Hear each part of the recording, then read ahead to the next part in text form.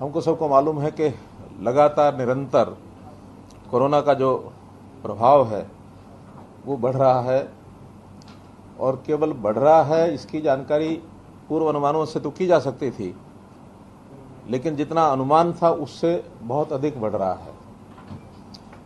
अगर वर्षा के दिनों में बाढ़ आए इसका अनुमान तो लगाया जा सकता है, लेकिन बाढ़ की बजाय सुनामी आ जाएगी इसका अनुमान नहीं था।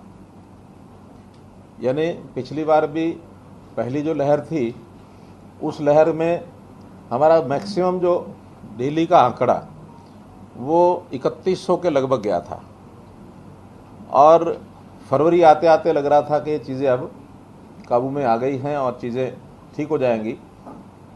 लेकिन जैसा हम जानते हैं कि अभी कल का आंकड़ा 11,931 ये कोविड का, यानी जो केसेस हैं पर डे के, तो कल अधिकतम 11,931 लगभग 12,000, जो पहले से 4 गुना ऐसा ही आंकड़ा है।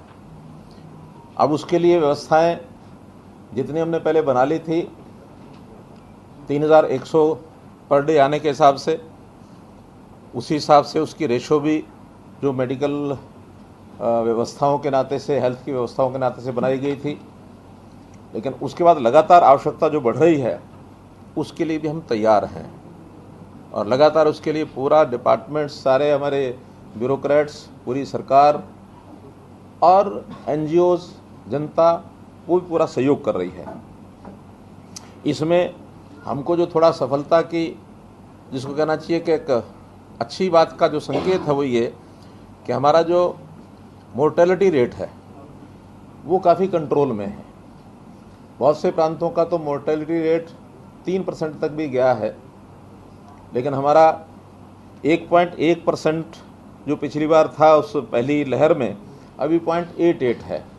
अर्थात रेगुलर अब जो केसेस आ रहे हैं उसमें से ठीक पर्याप्त संख्या में हो रहे हैं, और हालांकि डेथ्स जो हो रही हैं उनका बहुत एक कष्ट है, एक दुख है। एक एक मृत्यु के पीछे जो मन का भाव यही जाता है कि जैसे परिवार का एक आदमी चला गया है। लेकिन बहुत सी व्यवस्थाएं ऐसी होती हैं जो हमारे काबू में नहीं रहती हैं। कई प्रकार के ऐसे संकट जो हमको देखने को मिल रहे हैं, उसमें सबसे बड़ा संकट जो है वो हमारे सामने आया है ऑक्सीजन का। ऑक्सीजन, इतने सारे लोगों को मेडिकल ऑक्सीजन की आवश्यकता पड़ेगी ये सोचा नहीं था। हालांकि ऑक्सीजन जो है कुल मिलाकर कमी नहीं है अगर हम देश भर की सारी बात करें, और मेडिकल एजुकेशन की, लिक्विड एक्वेशन की तो कमी है, लेकिन गैसियस फॉर्म में है हमारे पास।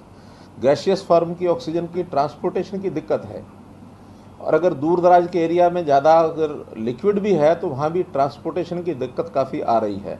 एक स्थान से दूसरे स्थान पर ले जाना, फिर ले जा करके उसके सिलेंडर्स में रिफिलिंग करना, फिर उसके माध्यम से हर एक इंडिविजुअल पेशेंट को सप्लाई पहुंचाना।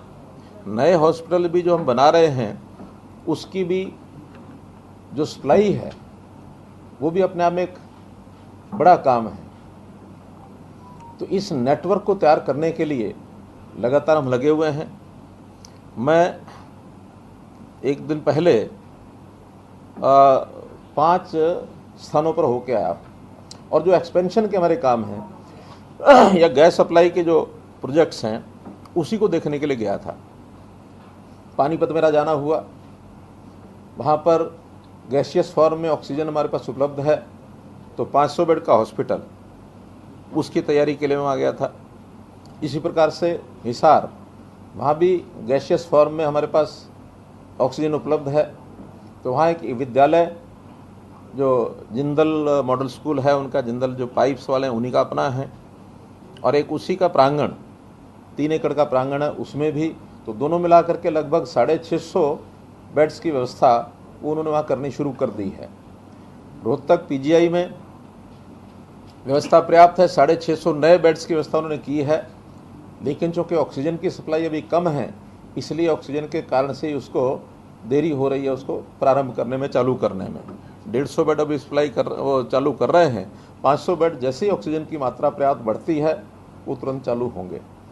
ऐसे ही फरीदाबाद में एक मेडिकल कॉलेज जो किन्हीं कारणों से बंद हो गया था, गोल्डफील्ड मेडिकल कॉलेज, बाद में सरकार ने उसको टेक ओवर किया है और उसका नाम अटल बिहारी वाजपेयी जी के नाम से के साथ जोड़ा गया है। उस हॉस्पिटल को नए सिरे से रेनोवेट कर रहे हैं मेडिकल कॉलेज को। वहाँ भी एक 100 बेड की तुरंत व्यवस्था वो करनी शुरू कर दी है। सामान उसका प्रोक्योर किया जा चुका है और कभी भी वो शुरू कर सकते हैं। गुरुग्राम में एक संस्था प्राइवेट एक कॉरपोरेट है, तो उन्होंने अपने यहाँ एक गेस्ट हाउस बनाया हुआ था, उसी को हॉस्पिटल के रूप में उन रूम्स को परिवर्तित करके 250 बेड की व्यवस्था वो भी कर रहे हैं। उनको ऑक्सीजन की हमसे अपेक्षा नहीं है, बल्कि वो ऑक्सीजन कंसंट्रेटर्स 250 ये उन्होंने प्रबंध कर लिया है और 1-2 दिन के बाद वो जैसे ही उपलब्ध हो जाएंगे, बाहर से आने विदेश से आते ही वो उसको चालू कर देंगे। तो ऐसे नए बेड्स की व्यवस्था, ऑक्सीजन की सप्लाई, डॉक्टर्स की, जैसे फरीदाबाद के मेडिकल कॉलेज में जो 100 बेड का हॉस्पिटल शुरू होगा तो वहाँ आर्मी के लोगों ने कहा है कि हम वहाँ के लिए डॉक्टर जितनी आवश्यकता होगी वो मैन पावर भेज देंगे। कुछ स्टूडेंट्स जो हैं नर्सिंग स्टाफ के या मेडिकल कॉलेजेस में जो स्टूडेंट्स पढ़ रहे हैं 4th ईयर के या जो इंटर्नशिप कर रहे हैं, उनको भी सबको हम लगा रहे हैं। साथ ही वॉलंटियर्स इस नाते से जो अपने आप को ऑफर करते हैं, रिटायर्ड लोग हैं, बाकी सब हैं, उनकी भी जगह जगह से जो हमको सप्लाई मिल रही है उनको उपयोग में ला रहे हैं। हमारी जो सरकारी व्यवस्था में IAS, IPS, HCS, HPS या IFS, इस नाते से भी बहुत से डॉक्टर्स हैं, MBBS हैं, MD हैं, जिन्होंने कोर्सेज किए हुए हैं लेकिन सर्विसेज में आ गए। उन सब को भी हमने कहा है कि इस समय में उनको भी वहाँ से निकाल करके और सेवाओं को लेने के लिए इसके अंदर लगाया जाए, उसकी भी योजना सारी बनी है। तो ऐसा पूरी शक्ति, पूरी ताकत, चाहे वो सरकार की है, ब्यूरोक्रेट्स की है, जनता की है, संस्थाओं की है, प्राइवेट हॉस्पिटल्स की है, वो सब उसके अंदर हम ले रहे हैं। और मैं आपको विश्वास दिलाता हूँ कि एक एक दिन हमारी जैसे व्यवस्थाएँ ठीक हो रही हैं, उसकी ठीक होते ही सारी चीज़ें हमारे कंट्रोल में रहेंगी, काबू से बाहर नहीं जाएंगी। जहाँ तक ऑक्सीजन सप्लाई की बात है, हमें कल से पहले 162 मीट्रिक टन इसका कोटा था। हम लगातार केंद्र सरकार को कह रहे थे, तो कल रात्रि को ही 70 मीट्रिक टन कोटा बढ़ा करके और वो 232 मीट्रिक टन मंजूर हो गया है। और ये 70 मीट्रिक टन हमको उड़ीसा की जो ये स्टील जो जहाँ इंडस्ट्री है वहाँ पर ऑक्सीजन वो हमको मिलेगी। एक ट्रेन 5 टैंकर्स उसमें आज हमने यहाँ से रवाना कर दिए हैं, जो 3 दिन में वहाँ से ऑक्सीजन वापस आएगी। सायंकाल तक 2 टैंकर जो योजना है हवाई एयरलिफ्टिंग के माध्यम से 2 टैंकर वहाँ शाम रात्रि तक पहुँच जाएंगे, वापसी पर वो बाई रोड आएंगे। तो इस प्रकार से चाहे ये ट्रेन की हैं, चाहे वो बाई एयर जाएंगे, तो भी कम से कम 1.5 दिन का समय, 2 दिन का समय उसमें लगेगा। तब तक हमारी जो पिछली सारी कैपेसिटी है उसको हम उपयोग कर रहे हैं। जो इंडस्ट्री के अंदर छोटे छोटे यूनिट्स थे, जो प्रोडक्शन के यूनिट्स थे या फिर रीफिलिंग के भी यूनिट्स थे, जो उस ऑक्सीजन को सिलेंडर्स में भरते हैं, ऐसे कई इंडस्ट्रियल यूनिट्स के लगभग 5 तो ऐसे हैं जिनका लाइसेंस हमने दे दिया उनको मेडिकल ऑक्सीजन की सप्लाई के लिए।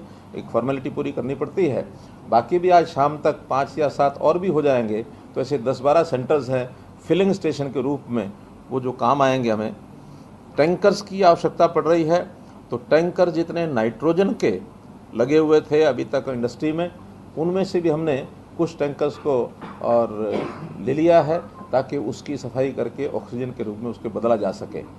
बहुत जगह पर तो आज भी एसेंशियल सर्विसेज के नाते मेडिकल यानी मेडिसिन्स की प्रोडक्शन है, या और कई प्रकार के डिफेंस के कुछ ऐसे इंडस्ट्रीज़ हैं, वहाँ तो निर्बाध हमको चलाना ही पड़ता है। लेकिन जहाँ कहीं नॉन एसेंशियल आइटम इंडस्ट्री में ऑक्सीजन की सप्लाई अथवा नाइट्रोजन की सप्लाई अथवा और गैसेज की सप्लाई, उसको लेकर के उसका उपयोग करेंगे। एक सुझाव और आया है कि हम कुछ इंडस्ट्री से बात कर रहे हैं कि सिलेंडर की कमी के नाते से हम CNG जो LPG के सिलेंडर्स हैं, इसका भी जुगाड़ कर रहे हैं कि उसके अंदर उसका जो क्या लगाते हैं वाल्व नोजल जो है उसको उस ढंग से करें कि ऑक्सीजन की सप्लाई उसके माध्यम से हो सके, क्योंकि उसकी उपलब्धता हमारे पास है। तो मेरा कहने का अर्थ है कि इन चीज़ों का जहाँ से भी रिसोर्सफुल कोई आइडिया मिलता है उसको हम लागू कर रहे हैं। विदेश से भी ऑक्सीजन कंसंट्रेटर्स हमको कुछ ऑफ़र हुए हैं, कुछ अमेरिका से, कुछ यूके से वो आने हैं, लेकिन एयरलिफ्ट होकर के आएंगे, उसमें समय कितना लगता है वो निर्भर करता है। तो ऐसे ऑक्सीजन की सप्लाई हो, ऑक्सीजन का कोटा हो, उसकी ट्रांसपोर्टेशन हो, एक एक बात को हम आगे बढ़ा करके और इसको हम पूरा कर रहे हैं। एक विषय मैं ज़रूर कहना चाहूँगा, और वो 2 दिन पहले जब मैं रोहतक गया था तो रोहतक में जिस प्रकार से मैं बातचीत यहाँ कर रहा हूँ, बहुत खुल कर के बात करने का मेरा स्वभाव है। बहुत लाग लपेट करने का, चीज़ों को छुपाने का या भाषा को तोड़ मरोड़ बोलने का मेरा कभी स्वभाव नहीं रहा। बहुत एक जैसे गांव का आदमी बोलता है, इस तरीके से मैं अपनी बात को स्पष्ट कह देता हूँ। उसी संदर्भ में मैंने ये कहा था कि इस समय हमारी चिंता है एक एक व्यक्ति की जान बचाने की, और उसकी जान बचेगी तभी हमको संतोष होगा। हमारे मानो किसी भी हमारी किसी लाचारी के कारण से, हमारी व्यवस्था की कमी के कारण से अगर एक भी व्यक्ति की मृत्यु होती तो हमें बहुत दुख होता है। तो हम व्यवस्थाओं को बना रहे हैं, एक एक करके आगे कर रहे हैं। और मीडिया के मित्रों ने कुछ इस प्रकार के प्रश्न कर दिए कि आंकड़े नहीं मिल रहे, डाटा नहीं मिल रहा, ये नहीं और वो नहीं हो रहा। तो उसमें से एक वाक्य मेरे मुंह से ज़रूर निकला, और वो कोई मैंने अपनी ओर से बोला ऐसा नहीं है। सामान्यतः लोग कहते हैं कि जो चला गया है अब उसको हम वापस नहीं ला सकते। तो मात्र इतनी बात थी कि हमारे शोर मचाने से कोई वापस आने वाला तो नहीं है। हम तो जो हमारे पास हैं, उपलब्ध हैं, उनका जिनकी बीमारी है उनको दूर करने के लिए एक एक व्यक्ति की हमको चिंता करनी है कि उसकी जान बचे। अभी साधारण सी बात को लेकर के और जिस प्रकार का एक बाउंडर खड़ा किया गया, हमारे कुछ ट्वीट मीडिया मित्र होते हैं तो उन्होंने उस प्रकार से चीज़ों को आगे बढ़ाया, कई चैनल पर भी 1-2 जगह चल गया। मेरा निवेदन यही है कि हमारी संवेदनशीलता उसको ध्यान करें कि हम क्या चाहते हैं। हमारे प्रयत्नों में कहीं भी कोई कमी आपको नहीं दिखेगी। हम अपने प्रयत्नों को इस ढंग से कर रहे हैं कि जैसा मेरा अपना परिवार है, और परिवार के एक व्यक्ति की भी अगर जान जाती है तो उसका सदमा, उसका दुख, ये हमको भी उतना ही है, कम नहीं होता है। तो इसलिए इन सब बातों को ध्यान में रखते हुए हमको आगे बढ़ने के लिए और सबके सहयोग की आवश्यकता है। आज विषय वाद विवाद का नहीं है, आज संवाद का है कि हम किस प्रकार से चीज़ों को आगे बढ़ाएं। आज हम सब मिल कर के और इस महामारी का मुकाबला करने के लिए आगे बढ़ें। हम अपने मतभेद, राजनीतिक मतभेद होंगे, इलाके के होंगे, कोई भी मतभेद होंगे, तो उनको दूर करके हम एकजुट होकर के, खास करके हमारे जो विपक्षी दल के नेता हैं उनसे भी मेरा निवेदन है। बहुत लोग सहयोग करने की बात कह भी रहे हैं, मुझे लगातार फ़ोन भी आ रहे हैं कि हमारी ओर से बताइए कोई सेवा करनी है। बहुत संस्थाओं के फ़ोन आ रहे हैं, बहुत जो हमारे कॉरपोरेट जगत के लोग हैं उनकी ऑफ़र आ रही हैं। संस्थाओं में कई लोगों ने कहा कि हमको बताइए 100 बेड का अस्पताल बनाने के लिए हम तैयार हैं, कहाँ बनाएं। हम उनको एक ही बात कहते हैं कि ऑक्सीजन की सप्लाई का सुनिश्चित होने दें, फिर हम बेड्स की व्यवस्था जितनी आपकी इच्छा होगी हम बनवा लेंगे। डॉक्टर्स की भी हमको प्रबंध करना पड़ता है, वो भी करेंगे। कहीं फर्स्ट एड टाइप की जो व्यवस्था है इसके लिए भी हम विचार बनाया हमने कि संस्थागत रूप से ऐसी फर्स्ट एड की ट्रेनिंग आम आदमी को भी ज़रूरत पड़ी तो वो भी हम देंगे। आखिर हर परिवार में कोई ना कोई एक व्यक्ति इन चीज़ों की चिंता करने वाला होगा, तो अपने परिवार के जितने सदस्य हैं, कम से कम जो इस बीमारी के प्रारंभ होने की स्थिति होती है, जो बिल्कुल एक मॉडरेट या जिसको कहते हैं माइल्ड ऐसे जो प्रभाव है, उसको तो हम घर में ही ठीक कर सकते हैं। सीवियर कोई इस प्रकार का पेशेंट कोई होता है, उसको ही आवश्यकता पड़ती है अस्पताल में जाने की। और अस्पताल में जिनको जाना है वो स्वयं, चाहे वो पेशेंट है चाहे परिवार के लोग हैं, उनसे भी मैं निवेदन करूंगा कि वहाँ जा कर के हम कई बार मन में होता है कि ये दवाई क्यों नहीं मिली, ऑक्सीजन में मैं क्यों नहीं गया। ऑक्सीजन की आवश्यकता तो वहाँ ज़रूर जाएंगे, ज़रूर मिलेगी भी सही, लेकिन ऑक्सीजन को नापने के लिए ऑक्सीमीटर आया तो सब अपना ध्यान रखें कि अगर वो 90 से ऊपर ऑक्सीजन है तो ऐसी स्थिति नहीं है कि जिसके कारण से कोई बहुत खतरा होता है। वो 90 से नीचे गिरती है तब जा करके कठिनाई होती है, उस समय हॉस्पिटल में हॉस्पिटलाइज हो जाए, या अपने ऑक्सीमीटर 10 लीटर के जो ये है हमारे ऑक्सीजन कंसंट्रेटर, तो इस कंसंट्रेटर का भी अब बहुत उपलब्ध होने लग गए हैं, उसको लेकर के घर में भी हम उसका एक ऑक्सीजन के कुछ समय के लिए हम रख सकते हैं। तो इसलिए इन सारी चीज़ों को हम उतना ही उपयोग करें जितनी महत्व डॉक्टर के रिकमेंडेशन, स्ट्रॉन्ग रिकमेंडेशन मैं कहता हूँ, उसके बाद जिसकी आवश्यकता हो उसी का हम उपयोग करें। कहीं ऐसा ना हो कि हमारी बिना चाहत के भी कोई चीज़ हम ले लें और बदले में एक ऐसा पेशेंट जो बहुत ही सीरियस कंडीशन में वो हमारे हाथ से निकल जाए। मुझे आज ही एक मैसेज, एक ट्वीट मिला है, वो महाराष्ट्र का है कि एक बुज़ुर्ग जो हैं वो बेड पर हैं, उनको हर प्रकार की दवाई की ज़रूरत है, लेकिन उसके वहाँ बेड पर सोते हुए एक महिला आई, अपने पति को, 40 वर्ष का उनका पति, उसकी बीमारी को देख करके उनका कि इसकी जान की पहले ज़रूरत है, और वो स्वयं बेड छोड़ करके चला गया। और उसके पति को कि 40 साल की इसकी आयु है, इसको, यानी एक संवेदना है। इस प्रकार की बात को लेकर के चाहे वो हमारे मीडिया के मित्र हों, चाहे हमारे राजनीतिक मित्र हों, चाहे जनता के लोग हों, हमारे कोरोना वॉरियर्स सब लगे ही हैं, उसमें कहीं कोई दिक्कत नहीं है। हम बाकी सब लोग उनकी सपोर्ट के लिए खड़े हों, वातावरण को पॉजिटिव बनाएं। यानी ये पॉजिटिव शब्द भी ऐसा शब्द हो गया कि जो कई जगह इसका अपमान हो गया, कई जगह सम्मानित है। ये वातावरण को पॉजिटिव बनाना ये ठीक है, लेकिन कोरोना पॉजिटिव ना हो ये उतना ही उसका ये भी अर्थ है। तो इसलिए मित्रों, आज के समय में मुझे केवल एक अपील आपके माध्यम से करनी थी कि समाज एकजुट होकर के इस बीमारी को लड़ने के लिए जहां सहयोग की आवश्यकता है वहां सहयोगी बन के खड़ा हो।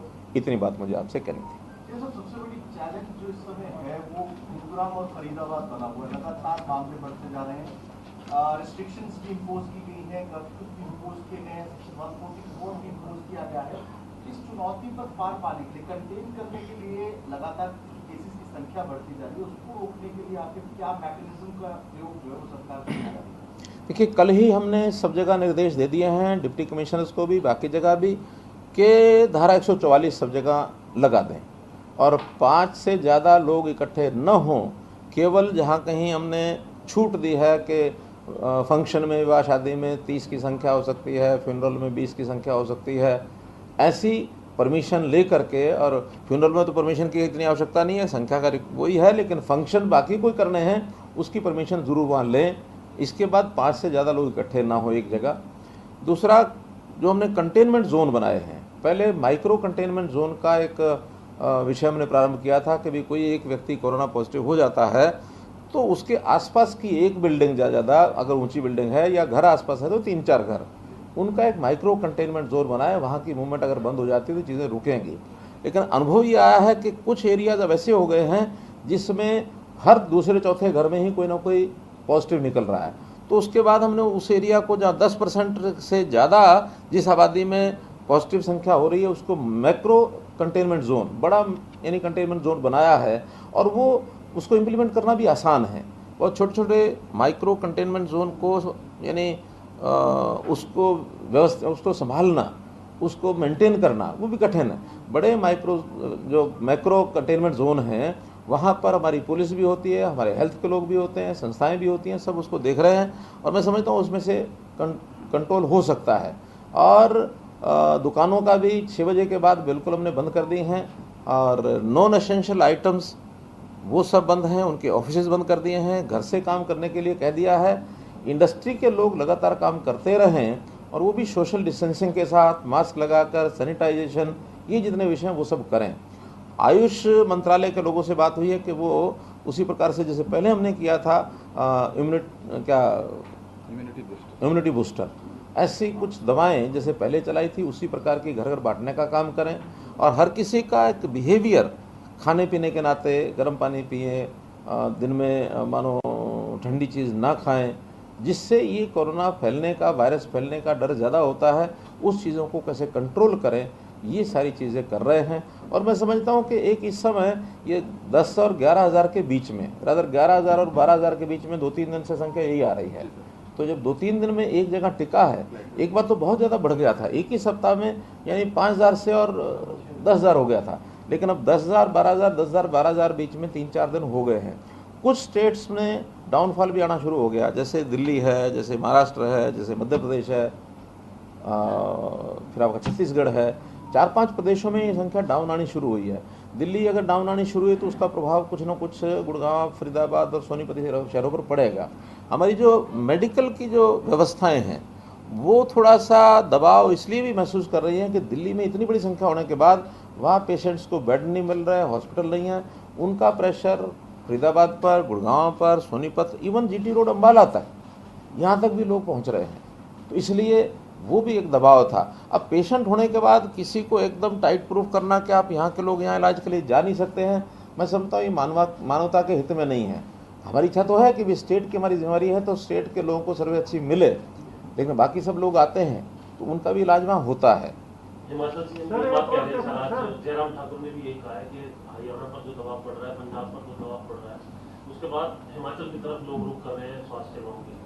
बेहतर है राज्य अपना दायित्व निभाएं, उन्होंने इस तरीके की बात हरियाणा पंजाब के तौर पर नहीं, मैंने कहा कि ये सबके लिए ठीक है कि अपनी अपनी जगह करें, लेकिन आखिर जब प्रेशर किसी एक प्रदेश का और वहाँ व्यवस्था नहीं है तो लोग कहीं ना कहीं दौड़ेंगे। अब दिल्ली से बहुत बड़ी मात्रा में आज गुरुग्राम की स्थिति यह है कि एक एक हॉस्पिटल के बाहर कई संख्या में एम्बुलेंसेस खड़ी हैं, पेशेंट उसमें बैठे हैं।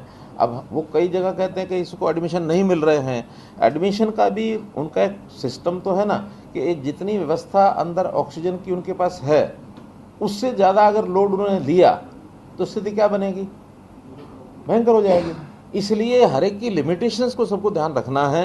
हाँ, जो जल्दी ठीक होने वाले या एक नॉर्मल स्थिति में आ गए हैं, जिसको स्टेप डाउन पेशेंट्स कहते हैं, स्टेप डाउन पेशेंट्स को जितना जल्दी हो सके वहाँ से डिस्चार्ज करके उनके घरों में भेजें, या जो हमने कोविड सेंटर्स बनाए हैं उन कोविड सेंटर्स में उनको सामान्य इलाज के लिए वहाँ ले जाएं। केवल ऑक्सीजन पर रखना है तो वहाँ हम कंसंट्रेटर्स के माध्यम से उनको वहाँ रख सकते हैं। सीरियस पेशेंट्स ही हॉस्पिटल में जाएंगे तो ये चीज़ काबू में आ जाएगी। आपने सरकारी तौर पे तो रेमडेसिविर की उपलब्धता करवा ली अस्पतालों में, लेकिन प्राइवेट सेक्टर में जैसे प्राइवेट हॉस्पिटल्स में भी हैं बड़ी दिक्कत आ रही है पेशेंट्स को, और बाजार में रेट जो है ऑलमोस्ट 4 गुना हो गए हैं रेमडेसिविर के। दूसरा एक आजकल इस्तेमाल हो रही है टोक्लीजुमैब करके, वो पहले आर्थराइटिस में इस्तेमाल होती थी, अब कोरोना में भी होती है, और वो सर उसका 1.5-2 लाख रुपये रेट हो गया, 25-30 हज़ार रुपये का वो है। राज्य में स्थिति है, दिल्ली में थी पहले, अब हरियाणा में भी है। इस काला बाजारी जो प्राइवेट क्षेत्र में हो रही है उसके लिए कोई उपाय, कोई साधन, कोई कदम उठाएं? देखिए, जहाँ तक रेमडेसिविर का है उसमें संख्या में कोई बहुत हमारे पास स्किर्सिटी ज़्यादा नहीं है। हमारे पास सरकारी तौर पर भी हमारे पास 3000 के लगभग आज भी उपलब्ध हैं रेमडेसिविर के इंजेक्शन्स, और आगे भी हमने ऑर्डर दे रखा 20,000 इंजेक्शन का बहुत जल्दी हमको मिल जाएंगे। उसमें कठिनाई नहीं आ रही। प्राइवेट में कठिनाई ज़रूर आ रही है क्योंकि उनका डिस्ट्रीब्यूशन सिस्टम प्राइवेट का अम्बाला से अलग से है। हमने वहाँ भी एक आदमी अपना बैठाया है कि जो हर स्टेट का कोटा प्राइवेट का है वो भी उसी स्टेट में रहे, क्योंकि वो इंटर स्टेट जो व्यापारी लोग हैं वो खरीद करके इधर से उधर करते हैं। उस पर हमने कंट्रोल थोड़ा बनाया है कि प्राइवेट वाली भी उस स्टेट का कोटा कम से कम उसी स्टेट में रहेगा तो कुछ चीज़ें चेक हो जाएंगी, और मैं समझता हूँ उसमें कोई ना कोई लाभ हमको मिलेगा।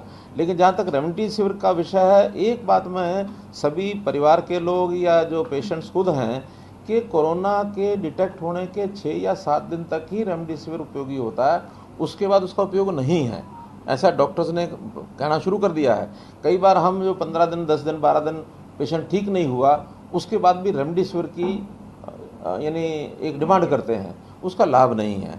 उसके बाद ये जो दूसरा आपने टॉसिली जो बताया है एक इंजेक्शन, हाँ, वो भी बहुत डॉक्टर्स जो हैं उसको ऐसा मान करके कि यही रामबाण दवा है उसी को रिकमेंड करने लग गए हैं। अब उसके लिए कोई ना कोई हमें सिस्टम अपना बनाना पड़ेगा। मैंने आज भी कहा है अपने हेल्थ डिपार्टमेंट को कि एक बोर्ड बना लें, उस बोर्ड में जो भी कोई रिपोर्ट्स होती हैं पेशेंट की उस बोर्ड के पास पहुँचे, क्योंकि अभी तो व्हाट्सएप के माध्यम से तुरंत पहुंच जाती हैं, और वो बोर्ड कहे कि हाँ इसको टॉसिली की ज़रूरत है तो उसको टॉसिली उपलब्ध कराई जाए।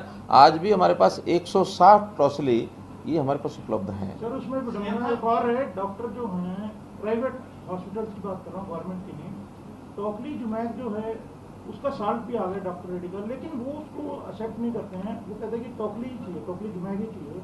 ये बड़े हमारे पंचकुला में भी ऐसा वो rare of the rarest use में आता है, और विशेषकर उन पेशेंट्स को आता है तो लंग्स और हार्ट दोनों। नहीं वो ठीक है, लेकिन डॉक्टर के सेम बेसिकली जिसके हार्ट में प्रॉब्लम है और कोरोना हो गया उसमें यूज होता है।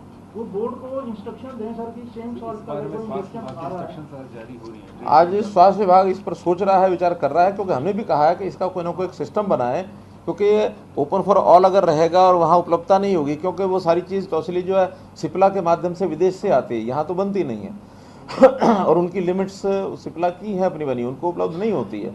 उपलब्ध होने के बाद तो कठिनाई नहीं, लेकिन अभी जितनी उपलब्ध हो रही है उसका स्टेट वाइज एक कोटा है, तो हमको 160 का कोटा मिला हुआ है और वो सरकारी अस्पताल में तो कम से कम उसका दुरुपयोग जो हम रोक देंगे, लेकिन बाहर भी केवल पैसों के कारण से उसकी बिक्री, क्योंकि पेशेंट की इच्छा होती है कि मुझे कोई भी चीज़ कहीं से भी मिल जाए, पेशेंट को पता नहीं होता कि इसकी ज़रूरत है कि नहीं है। मेरी जो डॉक्टर फ्रेटरनरी है उनसे निवेदन है कि जिसकी बहुत आवश्यक है उसी को ला के लगाएं, सबको लगाने की आवश्यकता नहीं। सवाल ये था कि जैसा आपने कहा कि दिल्ली के बहुत ज़्यादा पेशेंट हरियाणा की तरफ रुख कर रहे हैं, तो यहाँ पर क्या बता दें कि कितने दिल्ली से आने वाले हरियाणा में हैं और जो ऑक्सीजन आज 70 मीट्रिक टन बढ़ी है, आपने कुछ कितनी मांग रखी थी और 232 मीट्रिक टन है, क्या ये पर्याप्त है या अभी हमें और जरूरत है? और साथ ही में जो 15% से ज़्यादा पॉजिटिविटी रेट वाले जो जिले हैं उनमें क्या लॉकडाउन आप लगाने जा रहे हैं हरियाणा में? मैंने बताया केंद्र की गाइडलाइन के हिसाब से ही हमने नई गाइडलाइंस कल जो जारी की हैं उसमें सख्ती से 144 लगाना और जो टाइमिंग्स बताए हैं उस टाइमिंग के साथ से बाजार बंद करना, नॉन ऑफिशियल काम जितना है उसको, नॉन एसेंशियल उसको सबको बंद करें, ऑफिशियल काम वहाँ भी अटेंडेंस कम से कम करें। एकदम मूवमेंट रोकने के लिए बहुत हमारी योजना इसलिए नहीं है कि हमने रोक करके देख लिया उसका बहुत लाभ नहीं है। और अभी इस बार के कोरोना के बारे में ये भी कहा जा रहा है कि इसका जो एरियल एक प्रकार का प्रभाव है, ये जो टच करने वाली जो स्थिति है वो ये कोरोना उस प्रकार से नहीं फैल रहा है, तो इसलिए टच करने वाला जो स्थिति थी बहुत नज़दीक जा करके उसका जो प्रभाव था, इसकी बजाय वो कहीं से भी फैल रहा है, तो इसलिए उसका मूवमेंट का रोकने का कोई लाभ नहीं है। बड़ी बात यह है कि मूवमेंट को ख़त्म करते ही रोकते ही आर्थिक चक्र सारा रुकता है, और अगर एक बार आर्थिक चक्र रुकता है तो उसमें से पिछली बार बहुत मुश्किल से हम बाहर निकले हैं। इस बार आर्थिक चक्र ना रुके, इंडस्ट्री को हम लगातार चलाए रख रहे हैं, उस पर रेस्ट्रिक्शन जो है वो सब लगा के रखी हुई हैं, लेकिन फिर भी जो ज़रूरी चीज़ें हैं वही एसेंशियल आइटम्स को छोड़ करके बाकी सब बंद करेंगे। ऑक्सीजन हमारी डिमांड तो 300 मीट्रिक टन की भेजी हुई है, अभी 232 सैंक्शन हो गई है और मुझे लगता है कि 232 से हमारी 3-4 दिन के अंदर सारी सप्लाई सब ठीक होगी, फिर अनुमान लगेगा कि और स्केर्सिटी है या हमारी आवश्यकता भी कम हो सकती है। कुछ हमारी इंडस्ट्री की जो ऑक्सीजन है उसको भी हम कन्वर्ट कर रहे हैं, कई जगह पर जो इंडस्ट्री में ऑक्सीजन लग रही थी या गैसियस के जो फॉर्म के हॉस्पिटल की सप्लाई है वो हम वहीं से करेंगे, तो इन चीज़ों से थोड़ा कंट्रोल हो जाएगा। लेकिन 232 एक बार आने के बाद फिर अनुमान लगेगा इसके आगे और कितना बढ़ाना है, कितना बढ़ना है।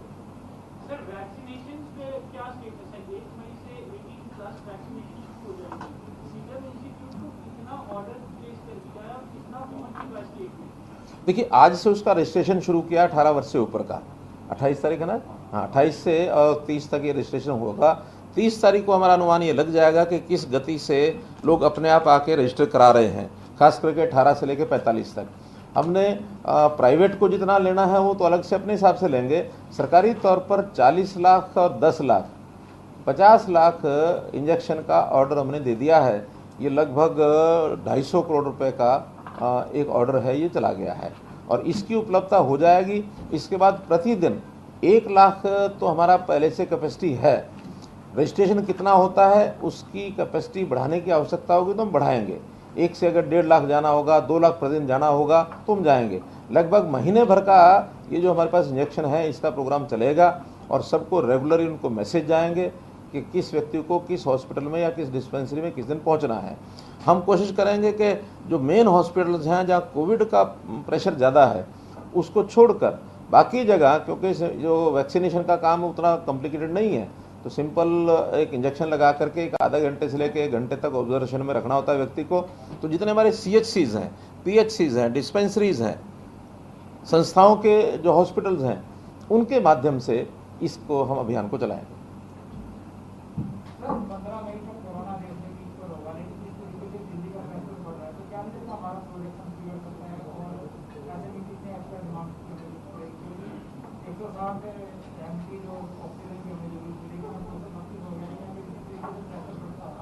तो हमारा जो पीक पे आने वाला प्रोजेक्शन है क्या वो बिगड़ नहीं जाएगा? एक बार फिर आता है। देखिए, मैंने बताया भविष्य के बारे में कुछ कहा नहीं जा सकता है।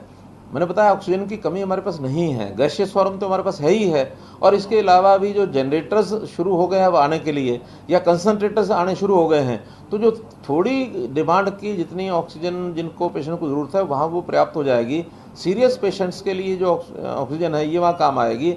और जैसा दिल्ली में थोड़ा डाउन ट्रेंड हुआ है, हम तो अपेक्षा यही करते हैं कि बहुत जल्दी डाउन ट्रेंड ये हमारा भी शुरू हो जाए, और अगर डाउन ट्रेंड शुरू होता है तो स्वाभाविक है उतनी ही हमारे हॉस्पिटल्स में जो पेशेंट्स का आना है वो कम भी होगा, तो हम सुधार की तरफ चले जाएंगे। फिर भी दोनों तरफ की हमारी तैयारी है। अगर स्थितियाँ सुधरती हैं बहुत ही अच्छा, सुधरनी चाहिए, हमारी अपेक्षा है। किसी कारण से नहीं सुधरती हैं, ऐसे कैसी चलती हैं, इससे बढ़ती हैं, तो हम लगातार हर दिन कैसे हमारा गैस की कैसे हमारे पास ज़्यादा ऑक्सीजन आए और उसका ट्रांसपोर्टेशन का सिस्टम कैसे ठीक हो। मैंने बताया कि जैसे हम उड़ीसा के प्लांटों से लेकर के आ रहे हैं, आज ही उसकी transportation by train by air सब हमने शुरू कर दी है, और आने वाले 2 दिन में 3 दिन में और चीज़ें क्लियर हो जाएंगी। ये एमबीबीएस के जो फाइनल ईयर के स्टूडेंट्स आपने कहा भी था कि उनको भी लगाएंगे, और पैरामेडिकल स्टाफ के लोग हैं वो कब तक जो है ज्वाइन कर लेंगे?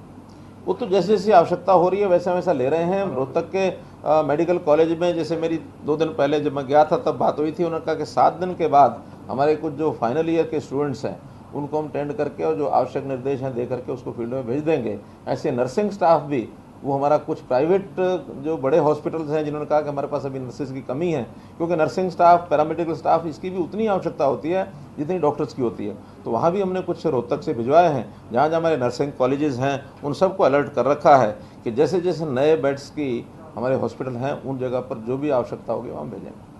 ऑक्सीजन को लेकर के आपने सर जो ये ऑक्सीजन के लिए हेल्पलाइन शुरू की है और जो लोगों को मदद के लिए शुरू की है, उसका सिंगल नंबर है सर, एक सुझाव के तौर पर ये है कि फोन नंबर होता है तो उसमें बात बिजी रहता है। ऐसा कि 1075 का ये नंबर है जो सब प्रकार की सेवाओं के लिए ये दिया गया है, लेकिन ऑक्सीजन का नंबर वो अलग से दिया है, और ऑक्सीजन में तो केवल जानकारी चाहिए हमको ताकि हम सप्लाई कर सकें। इंडिविजुअल जो अपने अपने सिलेंडर भरवा करके ले जाने लगे हैं वो भी कोई अच्छी स्थिति नहीं है। हर कोई अपने यहाँ सेफ्टी के नाते से भविष्य में सिलेंडर अपना खरीद करके भरवा के घर रख रहा है, उसके कारण से भी कमी है। हम चाहते हैं कि भी वहाँ के लिए जो ऑक्सीजन कंसनट्रेटर हैं उसका उपयोग करें, बजाय सिलेंडर भरवा करके लेकर के जाएं, और उसमें से अपने आप सेपरेटर होता है, वो ऑक्सीजन को सेपरेट कर लेता है और उसके अंदर काम आ सकता है। सिलेंडर भरवाने के लिए जो लोग हैं वो उसमें प्रेशर न बनाएं, इतना ही मेरा कहना है। बनाने का भी विचार है ट्रीटमेंट का? हाँ जी, प्राइवेट हॉस्पिटल की जो ट्रीटमेंट है, हाँ। क्या उसके लिए कोई टैरिफ बनाने का भी विचार है? नहीं, टैरिफ बढ़ाने का तो कोई विषय नहीं, पहले से जो तय किए हैं वही हमारे हैं, और हम उसके में भी जहाँ कहीं से शिकायतें आ रही हैं कि वो ज़्यादा पैसे न लें, ये हम अपील फिर करेंगे कि कोरोना का समय ऐसा समय नहीं है कि किसी को उसमें रेट बढ़ा करके कुछ लाभ लेने की बात है। आज तो महामारी से लड़ने की बात है, तो ये सबका दायित्व है कि महामारी को से लड़ने के लिए मिलजुल करके महामारी से लड़ें। सारे टेस्टिंग बढ़ा रहे हैं क्या आप लोग? क्योंकि कई जगह देखा जा रहा है कि लोग टेस्ट कराने जा रहे हैं लेकिन वहाँ पे किट अवेलेबल नहीं है और उन पर टेस्ट नहीं हो पा रहे, इस पर कुछ सरकार ध्यान दे रही है? देखिए, टेस्टिंग इस समय लगभग 40,000 और 50,000 के बीच में हमारी चल रही है, और इस टेस्टिंग का जितनी आवश्यकता होती है उसका सब बढ़ा लेते हैं। बीच बीच में हमने मेगा डे ये भी बनाए हैं, 1-1 लाख लोगों की टेस्टिंग भी हमने की है। अब चूँकि टेस्टिंग और वैक्सीनेशन दोनों वो चल रही हैं, इधर हॉस्पिटल्स के ऊपर एक प्रेशर जो कोरोना पॉजिटिव मरीज़ हैं उनका बना हुआ है, क्योंकि टेस्टिंग और वैक्सीनेशन ये उनकी सर्चिंग के लिए है कि कौन आदमी पेशेंट जो कोरोना पॉजिटिव है, और पॉजिटिव जो पेशेंट्स हमारे पास हैं उनका इलाज करने में भी उतनी ताकत लग रही है। इसलिए आज तो वैक्सीनेशन का प्रोग्राम है वो लगातार चलेगा, और ये 40,000 से 50,000 के बीच में जो टेस्टिंग चल रही है इसके माध्यम से भी जो हमारे पास लोग आ रहे हैं उसका हम इलाज करा रहे हैं। आवश्यकता पड़ने पर और भी देखेंगे। मेरा आपसे निवेदन अंत में यही है कि कुल मिलाकर समाज में वातावरण को ठीक करने के लिए दोनों चीज़ें काम आती हैं, कि हमारी व्यवस्थाएं वो काम आएंगी और हमारी बातचीत, हमारा जो उत्साह, हमारा जो लोगों को संदेश ये हम कैसा देते हैं वो भी उतना ही काम करता है।